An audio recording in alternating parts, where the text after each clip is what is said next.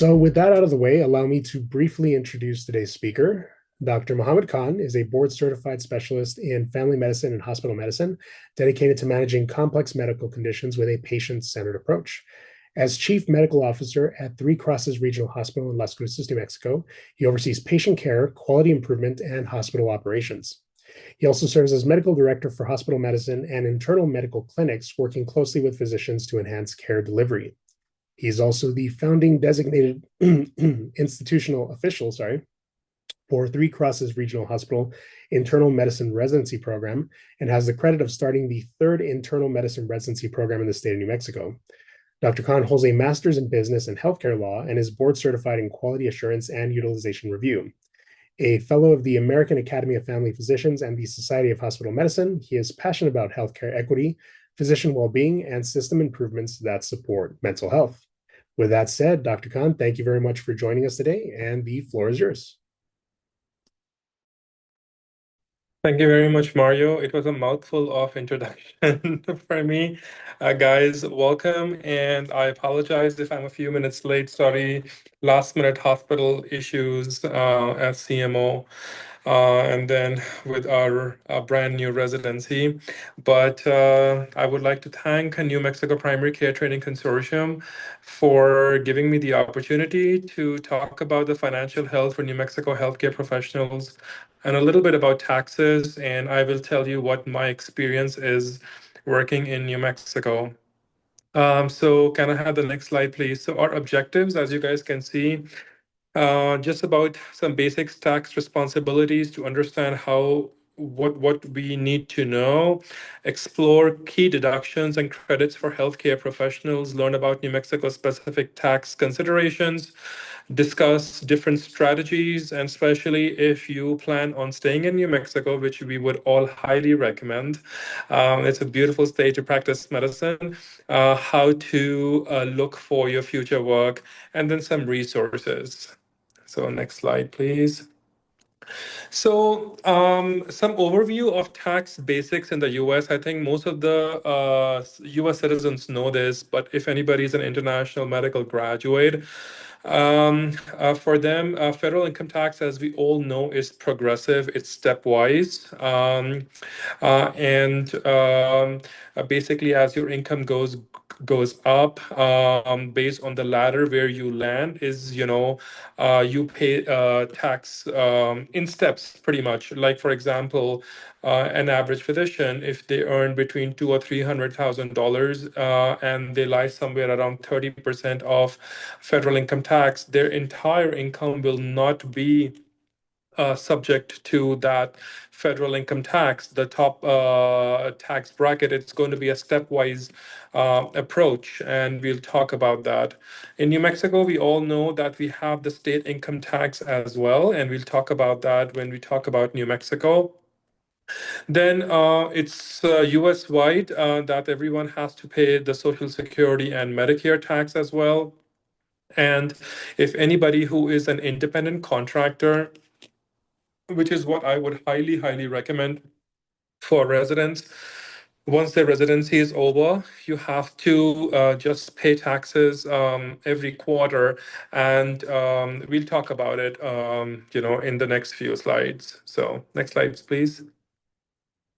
So just for some of our international graduates, hopefully our US citizens would know that the 2024 federal income tax brackets, if your income is between 0 to 11,600, you have to pay 10%. But I think most of our residents lie between $47,000 and $100,000 range, which is the 22% tax bracket. So what I was trying to tell you was that the income between 47 and 100,000 is only subject to 22%, not your entire income. And so similarly, your income between 11,600 and 47 will be subject to the 12% of federal income tax. So that's how it works. The top tax rate is 37%. I think it is down from 39% when Trump first came in the previous Trump administration, which I think was brought down from 39 to 37% of the tax bracket.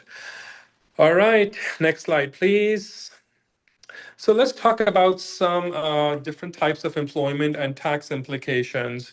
So there are different types of employments which are available.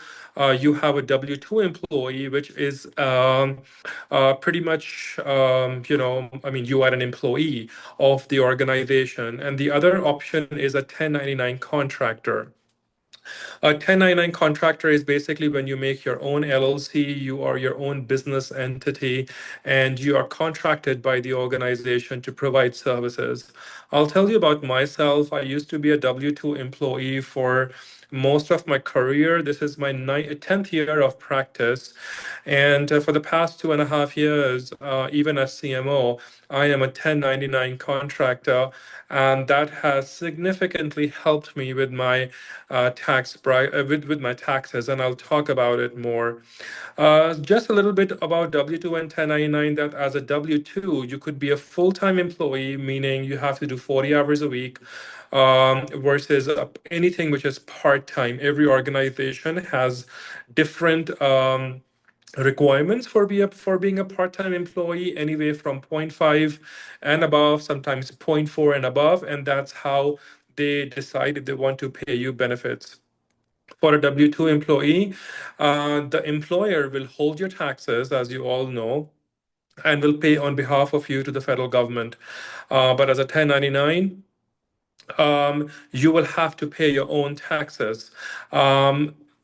As far as benefits are concerned, it really depends on the organization. I'll tell you that most of the W-2 employees will get benefits, which are in health insurances, different kinds of other insurances like disability, life, etc.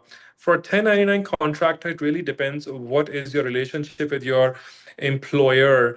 For example, my employer was very generous and they gave me extra money because as a contractor, you technically cannot pay benefits. So they paid me that extra amount, which they would have paid their regular employed physician. So it just depends on how you negotiate. And that is what is called an independent contractor, in which you're responsible for your own taxes. Similarly, locums are also which I'm sure most of you all know already, are usually 1099, and it is, again, you are responsible for your own taxes, but a lot of deductions are available, especially if you make an S corp, and not like a regular LLC, because a regular LLC is subject to very strict audits. And I have gone through those audits over the past 3 years, and you end up usually not winning from IRS. But once you have an S Corp, it really, really helps you secure your income and get better deductions. Next slide, please. So some common deductions for healthcare workers, and most of them really help if you are a contractor versus a W-2 employee, because as a W-2, there is hardly anything, especially in the tax bracket of where physicians usually lie, which is two, $300,000, $400,000 or so. CME is money which is very easily tax deductible. All your life insurance, all dues, everything, your scrubs, your uniforms, even your home office, if you're working from home and you're doing remote work, all that space, the furniture, stationery, everything is tax deductible. Your malpractice insurance, especially if you're paying on your own, your entire travel expenses, meaning especially if you have leased a car, a finance car cannot be deductible. A leased car is tax deductible. Your gas, your mileage, everything. It's a lot of actually stuff which you can deduct, especially if you have an S corp and if you are an independent contractor, which is a 1099, versus a W-2, in which you rarely will have any tax deductions according to our tax law. Next slide, please.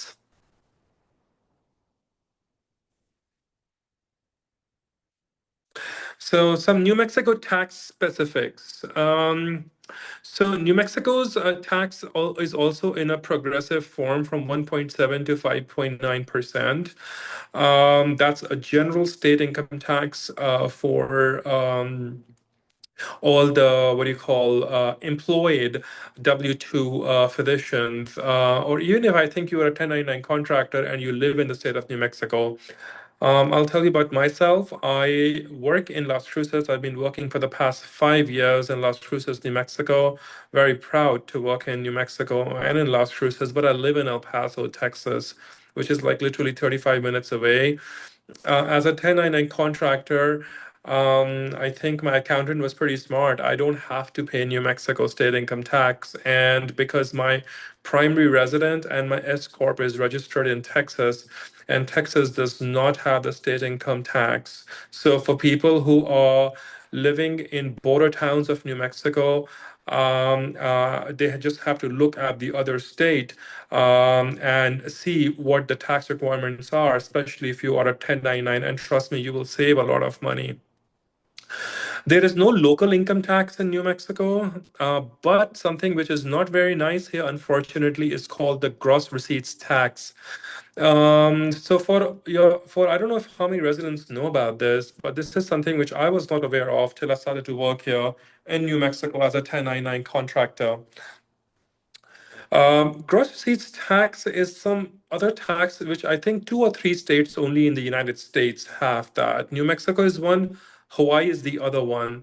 And this is is a flat tax which is applied to all health care professionals, even if they are independent contractors or especially all those people who are in private practice. It's unfortunate that with the dwindling reimbursement from Medicare and Medicaid nationwide, we have to pay this tax to the state, which is not even like I said, available or is supposed to be paid in 48 or 47 other states of the country.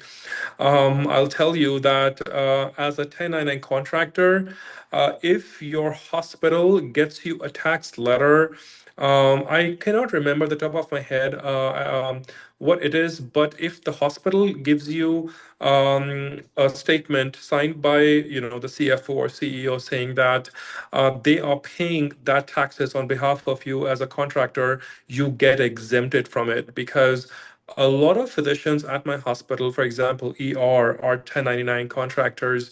And I am one as well. And we don't have to pay this because the hospital either pays it on our behalf or we get the exemption from them, which we can submit to the state of New Mexico once it's time to file taxes.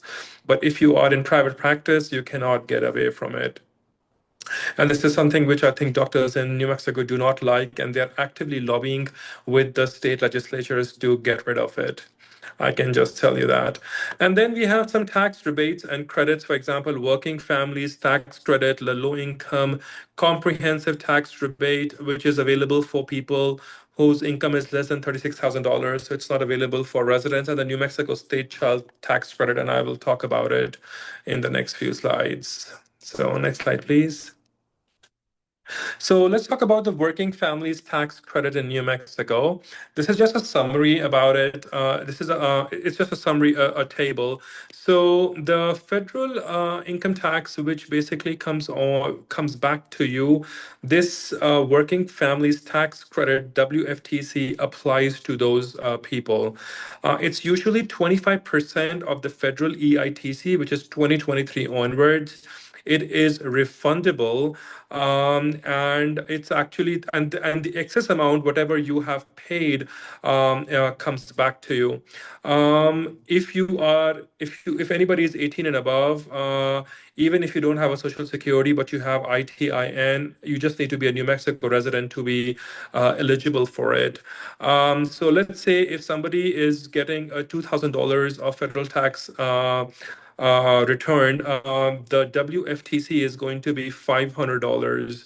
According to a 2023 report, which I had when I was making this presentation, around 196,000 households in New Mexico were eligible for this working families tax credit. So I think as a resident, I still remember my time. My pay for the first year was $47,000. And even if you get $500 tax credit back, I mean, it's a lot of money as a resident um, to help pay some things. So next slide, please. The New Mexico state child tax credit. So I was kind of very interested in this. I was like, I mean, I still had some W-2 income from some teaching work I did last year. So I was like, I was checking what my income was, and when I checked my income, I was like, oh, I'll get $25 for my son only. So, but pretty much if you have more children and if you have less income, this is going to really help you.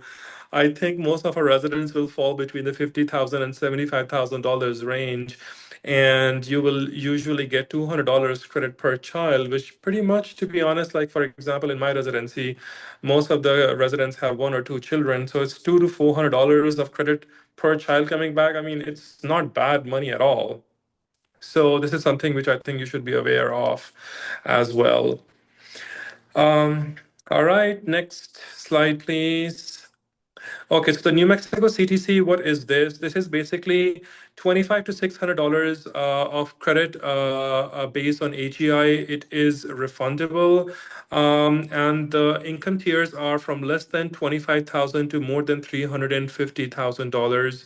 And if your child is usually under 17 and has lived with you for more than half a year, then you are eligible to get this tax credit. I don't think a resident, I mean, residents, I mean, I was looking into it to see if our residents would fit into this criteria, but it was going to be very difficult unless you have a lot of children, and you are all living in the same house with your partner, and I mean, your income falls in that range. So next one, please. All right. So some examples of a 1099 versus a W-2 clinician. So I think I gave you guys quite a few examples, but again, something for the presentation. For example, in scenario A, we had Dr. Smith, who's a W-2 hospitalist, but in scenario B, Dr. Lopez, who's a 1099 locum. As a W-2 hospitalist, so when it comes to employment, of course, you have a lot of things to do in your contract, which of course, I mean, as physicians, we have worked so hard. Undergrad, medical school, residency, the last thing we would want is for people to control us. I'll tell you this on behalf of the physicians. I mean, I'm a very, very pro-physician chief medical officer, which I think a lot of administrators do not like that fact. But I'll just say this, that on behalf of all the doctors, I think they all should be independent and they all should be able to make their own decisions. And taxes are one decision in which you can choose how you would like to pay taxes. And the best option would be a 1099. So taxes, when it comes, of course, as a 1099, you get more income. You can pay after 3 months as a first quarter. You have that extra money, cash, to take care of whatever you want to do in the first 3 months. Buy a CD, invest somewhere to get some return, and then when the first quarter comes, you can pay that tax. Whereas a W-2, the tax is going whether you like it or you don't like it. And the employer is not going to give you based on how many deductions, whatever deductions you had put in when you were filling your HR paperwork. And similarly, retirement contributions as a 1099 locum, you have way more options. Today, we don't have time to talk about retirement contributions, but as a 1099, the options are a lot. The margins are higher. The dollar amounts are higher, which you can contribute to retirement funds, whereas for a W-2 physician, employed physician, it is restricted. And if I don't if I'm not wrong, I think it was $19,500 of your income, which you can only put towards retirement benefits as a W-2 employed physician, which was the max. But as a 1099, you can go up to, I think, $40,000 or $50,000 in different retirement benefits. So, and then similarly, we spoke about deductions already, so I'm not going to go into those details, but there is a lot of benefit as a 1099, but not in an LLC. You need to have an S Corp because an LLC is audited. And trust me, IRS comes back at you. And even if you have receipts to prove, you have a very good accountant, the back and forth is such a headache that you just decide, okay, I'll pay them this money, even though I don't think I owe them. But an S Corp is a very good way of saving because it is very, very well protected against IRS. All right, next slide, please. I think we went into a lot of these details already. This is just a basic summary. We spoke about tax withholding, deductions. We already spoke about retirement contributions. I spoke that a 1099 has more options as compared to a W-2. The limits are more as a contractor. When it comes to benefits, I'll be very honest with you. As a 1099, my malpractice is paid by my hospital, so I don't pay that. And I buy my own insurance. And trust me, with the income which physicians make, you can easily pay that insurance and health insurance. And I'll tell you what my health insurance is for me and my child. It's $880, which is Blue Cross Blue Shield of Texas, and it is also deductible in your through your S corp. So I mean, even though you're paying that amount, which is not a lot different than the W-2, because I can tell you the W-2 physicians in my hospital are paying close to $700 for their families. So it's not a big difference. They cannot deduct their health insurance because they are W-2, but I can deduct mine because I am an independent contractor. And then, of course, the gross receipts tax is something which is unfortunate in New Mexico. I don't think any physician is going to really talk good about it. But if you are not in a private practice, and you are an independent contractor, you can, basically your employer can take care of the gross receipts tax.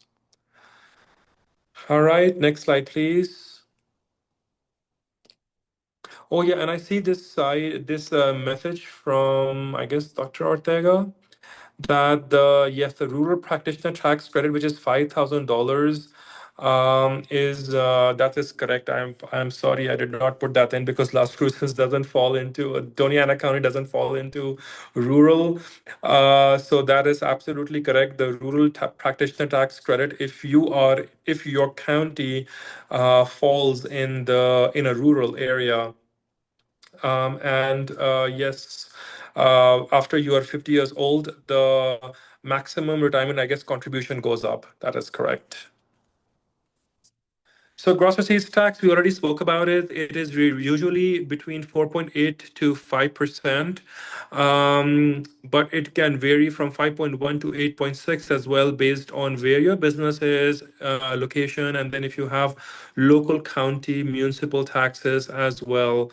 So unfortunately, that's the gross receipts tax of New Mexico, and I don't think we can sell it to anybody, any physician. But this is what it is.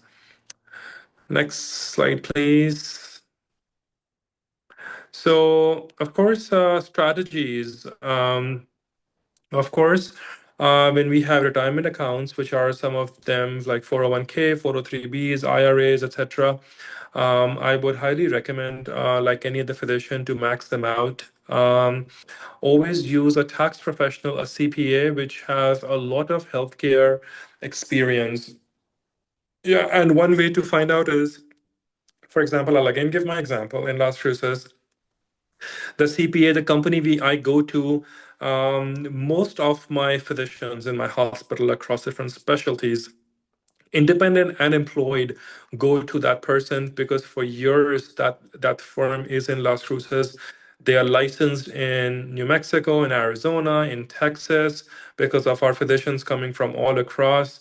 And they are very, very good. They are just so busy that it is difficult to get hold of them. But it's very important that your CPA is very well versed in taxes, especially if you live in border towns. Like if you live in Texas, you work in New Mexico, or you live in Arizona and you work in New Mexico. So, especially if your residence and your work location is different, it's very important that your accountant is well versed in those states. I'll say this, especially if you're a contractor, your expenses need to be tracked. I'll tell you, you need to have a separate credit card for it. I have separated my personal credit card from everything work related. You need to save each and every receipt. Trust me, IRS comes back after each and every receipt. Even if it is $15 to $20, you have to track that. And I just think the best way is that if to stay ahead of it is to have a software or something and keep on tracking those expenses from day one, so you don't have to go back. Even your electricity bills, your gas bill, your phone bill, everything is tax deductible if you're a contractor. And that's quite a lot of money, trust me, which you can save.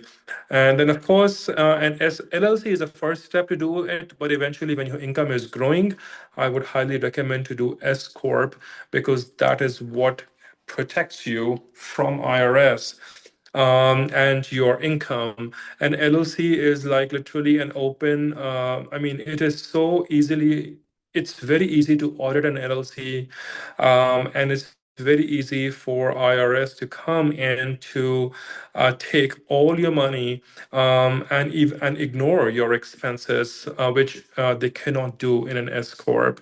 So make an LLC and then go to an S corp is what is my suggestion once residency is over, and especially if you plan on being a contractor rather than an employee, which I would highly, highly recommend to every physician out there.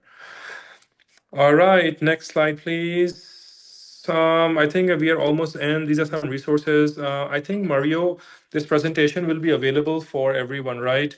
Because not only in the slides I couldn't see, but at the bottom I have a lot of speaker notes with a lot of abbreviations which I have spelled out. So it's going to be easy for people to actually read if they want to go back into it. I wish somebody would have taught me about the New Mexico stuff when I came here and I had to learn the hard way after paying more. But I would highly recommend to stay on top of it, especially if you want to stay here, or even if you want to go to any other state. And this is going to really help you, because I know everyone works so hard. You guys, we all do 80 to 100 hours a week. So everything which we make should be ours, but that's not how it works. So, but I think that's it. I mean, Mario, we can open yeah, this is just a takeaway. It's pretty much all the summary that please ask for help. If you have a question, go to your CPA and ask for help, because we don't know everything. I mean, I don't know everything. I'll say that. When Mario offered me to do this, I was a little hesitant at the beginning, whether should I do it or not. But I have done enough of this. So I actually spoke to my brother, who's really, really good in finance, and I sent him my presentation. I was like, tell me if you think it's okay. I don't have a lot of time to speak. But I mean, I'm trying to learn. I run away from taxes. I don't think any of us can run away from taxes. So I think what is really important is to learn the system, to play the system in our favor. We cannot run away from IRS. We cannot afford not to pay taxes.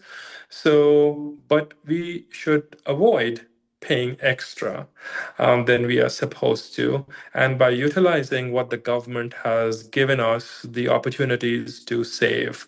But we will need to know that. We will have to educate ourselves if we have to, if we are going to, benefit from those laws. So I think that's it. Do I have any other slide? I think that's the end. Yep. So. All right. We have a question from, 1099 and oh, go ahead. UNM Santa Fe, go ahead. oh, sorry. I think I know the answer to that, but is there a possibility for residents to be 1099 employees? The problem with residents is that it is so strictly monitored by ACGME, and then not only ACGME as a federal agency, all the state laws apply to the residents. Then, for example, when you have international graduates, you have even more rules to follow through ECFMG. So I'll give you an example. Our hospital, the insurance plan it offers to all its employees is a $2,000 deductible plan. If you are hiring an international graduate, the ECFMG's rules are that you need to offer a plan which has a $500 deductible. You cannot. We as an organization don't even have that plan on. As an independent contractor, we cannot offer any benefits to the residents when it comes to, I mean, pretty much no benefits. So it's going to be very challenging. Then a lot of the residency programs get direct and indirect funding from Medicare and Medicaid. So that adds more to the complex nature of residents being on 1099. I'll be very honest with you. So it's like, I mean, if anybody is willing to look into this, to be honest, we cannot at Three Crosses. We are just, following the traditional pathway. Once residency is over, that's when I recommend those residents, when they're physicians, to go the 1099 route. But as a residency, with the way funding is from Medicare and Medicaid, it's just very complex to do that.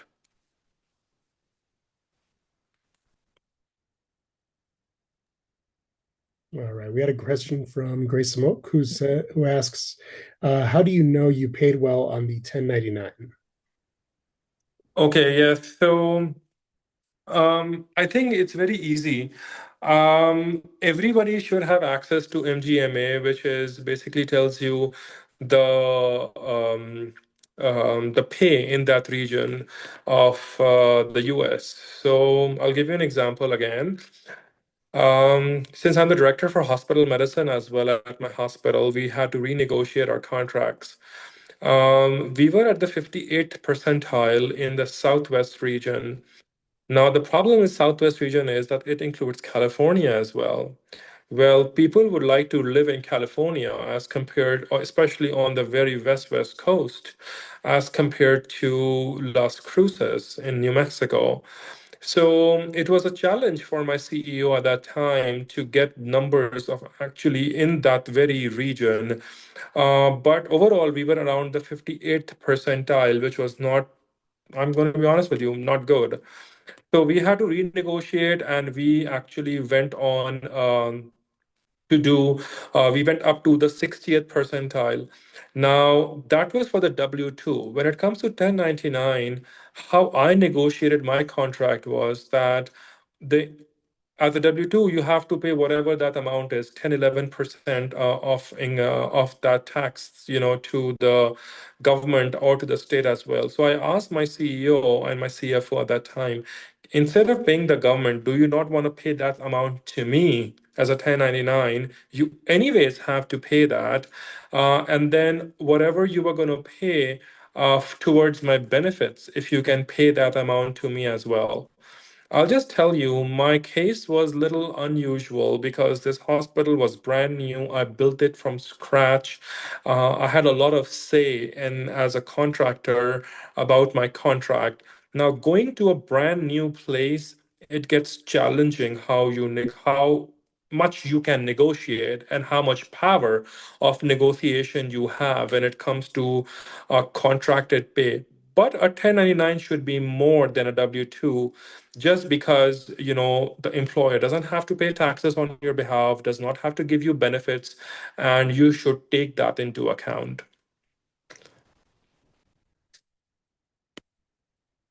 All right. We have another question from Rana Usman Anwar, who asks, is it possible to do a J1 waiver as a 1099 contractor? No, sir. I wanted to do that. I did my J1 waiver as well, and I couldn't wait for my waiver to end so I could become a 1099 contractor. You need to be a permanent resident or a U.S. citizen to do that.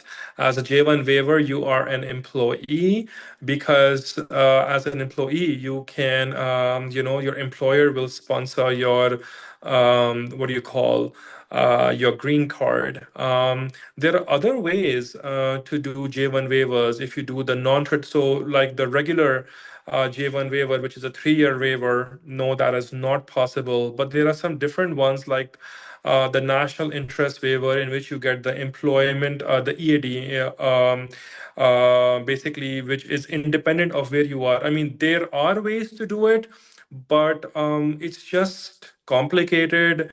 It is more time, I would say. A traditional 3-year waiver, which every state, which we all know, which they all have 30 slots. No, that is not possible to do a 1099 contractor. You have to wait till you get your green card. I had to wait also. And I got my green card late because of COVID, so I had to wait a year extra. We have another question from Santa Fe. Dr. Khan, this is Dr. McDonald. I really appreciate that you're doing this for our residents. It is always, to me, a shame that people go all the way through their residency and don't learn anything about the business of medicine or their own business. And so I really appreciate that. But would you say it's fair for me to say that not all employers are the same? There are many different types of organizations that employ doctors. And for some, and not everyone's goals are the same in their career. And so I think it would be fair to say, don't lump all employment agreements into one, because there are very different groups that employ physicians. There are private equity firms that employ physicians. There are publicly traded companies that employ physicians. There are not-for-profit companies that employ physicians. And even amongst those, there's a million different varieties of employment structures. And not everyone has the same savvy that Dr. Khan has in managing his own. And I'm speaking as someone who's been in every model I think there is in my career over the last 32 years. But I think when it comes to finances, whether it's your job, your personal finances, how you invest your money, your personal preferences and how well your situation aligns with your long-term goals in life are very important. For some people, it may be having an S corp and managing all of this yourself. For others, your goals may go in different directions, and maybe an employment model aligns with your goals better. And again, shop, if you're interested in an employment model, shop different organizations. I think you really said it perfectly and you summarized it. Absolutely. I think what I tell my residents and my medical students is that you have to first decide in life what you want to do. What is your happy medium? If you are very happy being an employed physician, that is good for you. But absolutely, go ahead and do it, because your mental health, which I'm a very strong proponent of mental health in residency, and for my physicians, for my medical students, then you should go for it. But if, because like I said, everyone cannot be a contractor, everyone cannot be a W-2. So I just think as a person, as a resident, as a physician, we have to first decide what we want to do, what we like. If we like to go the employed route, absolutely. All employers are not bad. But I'll say after working for a decade and working in almost 5 to 6 states, from red states to blue states, from Catholic organizations to non-for-profit and for-profit, I will tell you, in my experience, I'm not a fan of being employed.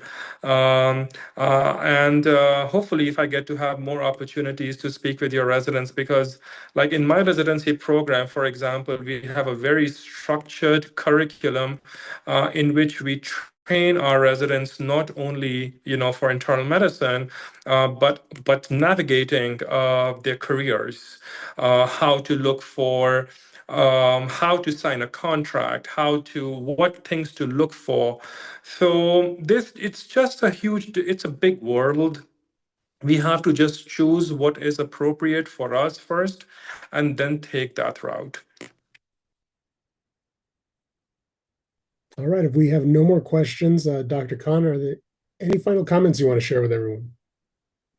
No, my only final comments are, first of all, thank you for giving me this opportunity. I love to talk to residents and medical students and share my experiences with them. I just think where they are in their career. I mean, as a medical student, as a resident, it's taken a lot of years of hard work to where we are, and I just think that we have to look after ourselves, because nobody looks after us. Nobody will look after us. So my last message is,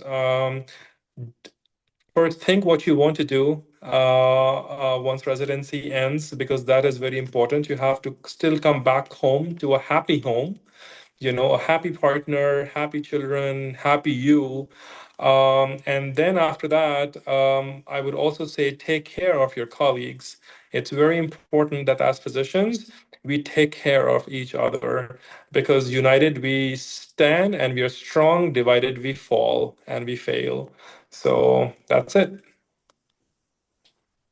Excellent. Well, thank you very much, Dr. Khan, for that great presentation and for sharing a lot of your information and experience with us. Thank you all very much for joining us today, and thank you very much for the high participation, and have a great rest of your day.